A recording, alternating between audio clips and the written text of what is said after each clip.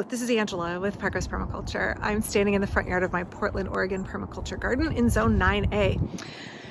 Okay, so I just got back from the gym and I'm about to do a bunch of pretty dirty yard work and spreading mulch, and then I have some pruning to do because tomorrow is my yard waste day, so things that I can't compost on site I need to get into the yard waste bin. But I wanted to pause and take a few moments here and look at this Plum Guild in my front yard, right? This is the guild of my Stanley plum tree right out my front door. And I want to illustrate a couple of permaculture concepts through some of the things that are happening in this guild. So first off, let me say this is a Stanley plum that I grafted myself from a whip at the Home Orchard Education Center many years ago. I want to say like 12 or 13 years ago, maybe. And it is one of my best producing trees. It does fabulous. It is not suffering from some of the same issues that my other stone fruit tends to have a problem with. It really has not had bacterial canker. So we had some unusual hard frosts and I was worried that I would lose. Let's wait for the bus to go by real quick. So we had some unusual hard frosts and I was worried that I was going to lose most of my plums, but it looks like the tree has set really well, so fingers crossed. Leaf blower. Okay, my neighbor's leaf blower was so insanely loud, I have to voice over this. I just wanted to show you all of the baby plums that are set all over the tree, despite the fact that we had a late frost and I was worried I was going to lose the fruit set. Okay, my neighbor is using his leaf blower and I hope that it's not too obviously loud in this video, but nice weather, so everybody's going to be out. Let's take a look at a couple of things around this Plum Guild. So first of all, guilds, I have a number of videos on guilds, including a recent one where I talk about how great is the concept of a guild, how scientific is it? But let me just say for the purposes of this video that a guild is a permaculture way of doing companion planting, and there is no right or wrong way to do a guild. You don't need to feel super constrained, and all of my guilds look different. So basically it starts with a center tree that has support plants around it. And support is very loose. And I think that one of the things that I love about guilds the most, I'm gonna kneel down here so you can get a better view down here, is that there's a huge amount of diversity in what you can put under and around a tree. And for me, the components of this bed get mixed up fairly frequently. I tend to move things around based on what I think is aesthetic and what is meeting my needs or not meeting my needs. So as this plum tree has grown, I have actually taken out some of the taller lavender bushes that were under here so I could better step into the center of the tree and pick plums when they're ripe in early September. And then I've included more plants that are steppable and won't get injured quite so easily if I'm in here walking, trying to pick plums. Like I have a lot more yarrow and a lot more germander than I used to because those are less brittle than the taller lavenders and they're not going to get injured so much if I step on them. But also let me point out, let me get over here. So under the plum tree, you notice I have some suckers to remove. By the way, please go check out my video on suckers. I have a peony, these are Michaelmas daisies. And then here's the germander that you can walk on and the yarrow so that I can more easily get up in here and pick these plums. Now I have other things as well. I have a variety of flowering plants so that I have visual interest and room for pollinators, food for pollinators all year long. So I have hardy geraniums here. This is native narrow leaf plantain. These are Love in a Mist, Nigella, and these all bloom fairly early. Then the germander will come in summer and the yarrow as well, and then the Michaelmas daisies will be blooming as we move into the autumn. I also have, this is London Pride, which I'm hoping, I got one teeny cutting of this a while ago, and I'm hoping to move it and have it fill in all along here. First time I've successfully kept that going over the winter. It needs a secluded spot a little bit.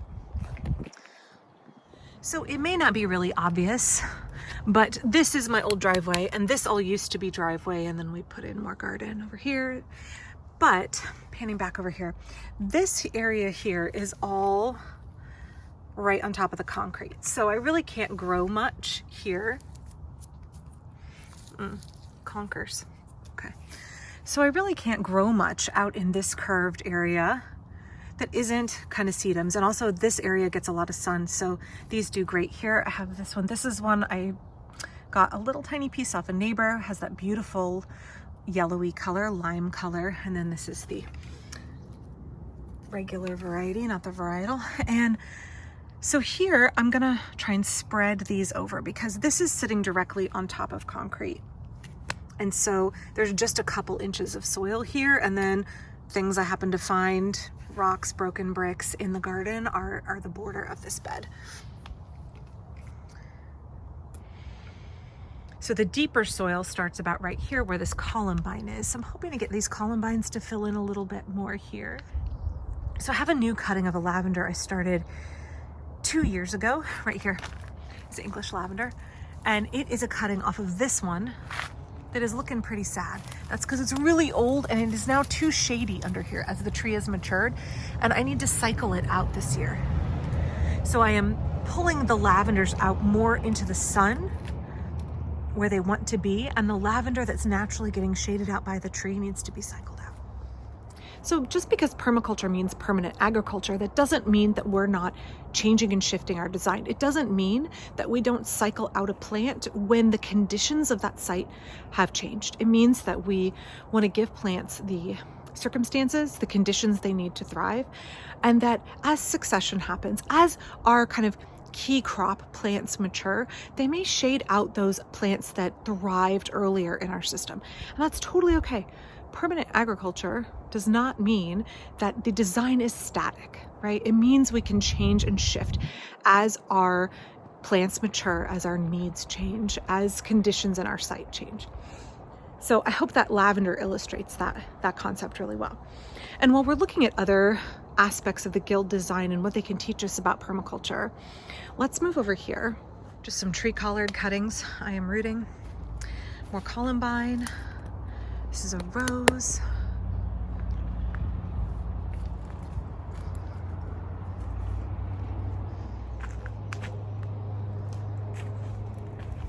Okay, so now we're on the back side, and I'm really sorry my neighbors are mowing now. You guys, oh, I wish I could have it be, I wish gas-powered things were not a thing in our neighborhood, but it's okay. So we're now on the back side of the plum. Unfinished greenhouse, grape arbor, some other plants in the food forest here in the front yard. You can see next to this plum that I have this rose that was a rescue rose that is growing next to it. And you wouldn't normally think about planting these things together in a traditional landscaped garden, right? A traditional, less wabi-sabi permaculture garden. And also behind me here, I don't know if you can see, is a serviceberry that I moved. This is a Northline serviceberry, also called Juneberry, also called Saskatoon. So this is a native fruiting plant that I love, has great fruit, and it is now moved into this guild. Okay, so these are things that in a traditional landscaped garden, you wouldn't have this particular way of arranging and collecting plants together. And for me, that's one of the things that I love about permaculture, is the way that it's much more naturalistic. And I think one of the valid criticisms that permaculture gets is that it can be messy, that it can look unkempt. In fact, when I had a picture of my garden from a couple years ago that went really viral of my front yard, that was the biggest thing, was like, oh my gosh, it looks too crowded and it looks too messy, because the average American, at least, is not used to having abundance as something that is designed into their garden system, right? And I'm not saying we don't need rest for the eye. Totally understand that you need places for your eye to rest. I'm not saying you should necessarily cram in everything everywhere without purpose. Purposeful permaculture design does crowd out the weeds. It does plan for things to be closely planted in a way that is reducing labor for the gardener and is producing that lushness and abundance, right? I prefer not to call it messy or crowded. I prefer to call it lush and abundant, because that's what it is. It's not crowded, it's intentionally planned, intentionally spaced. And I'm using every bit of the small amount of garden that I do have. But I do want folks to be aware that I think there is an element of normalizing. Let me come around to this side again. I'm really sorry about the neighbor's mower. I hope it's not too loud. There is an element of a bed looking a little bit messy, a little bit less ordered and organized, the organizational system is just different. The intention is just different. And so it looks unusual to someone who is used to straight lines, formal borders, and a very kind of Western formal landscape design, garden design. Especially because in permaculture, we often see plants put together in ways that they wouldn't be in a more traditional garden style. And so I do think there's an element of needing to just get used to the fact that the way a permaculture garden looks is different, and it's still beautiful, it's just different. And I'm totally okay with that. Like, I am really proud to have this bed be right up by the front of my house, right? I'm really proud. I think it looks beautiful. And as we go into summer and it's all flowering, wait till June, this bed's gonna look fabulous.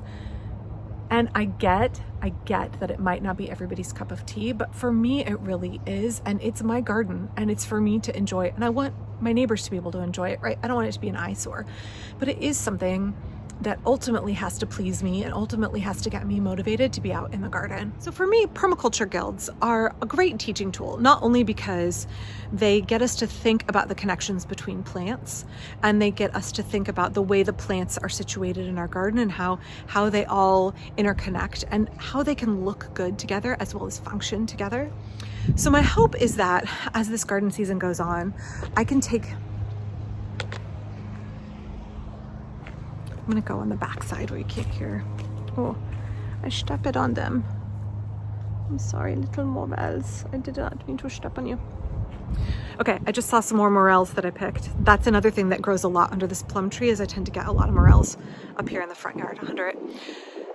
So one of the things that I hope that y'all can take away from looking at this Plum Guild today is not only the concept of guild design in general, but all of the other ways that we can think with a permaculture lens. We can think with a permaculture mindset when it comes to designing our gardens, the way that we initially start our plantings, the way that we may cycle things out, the way things can have a useful purpose for a set amount of time, and then the way that we value and appreciate the beauty and aesthetics, and how that may be different than what our neighbors are doing or what we may see in Martha Stewart Living, but it is still really valuable and it's still really beautiful, and we can get a lot of enjoyment out of it visually as well as the harvest of food that comes out of it. So okay, I have got to get yard work done, you guys, before it gets dark. So thank you so much for watching, and I'll be back real soon. The best way you can support my work is to click like and subscribe. Thanks.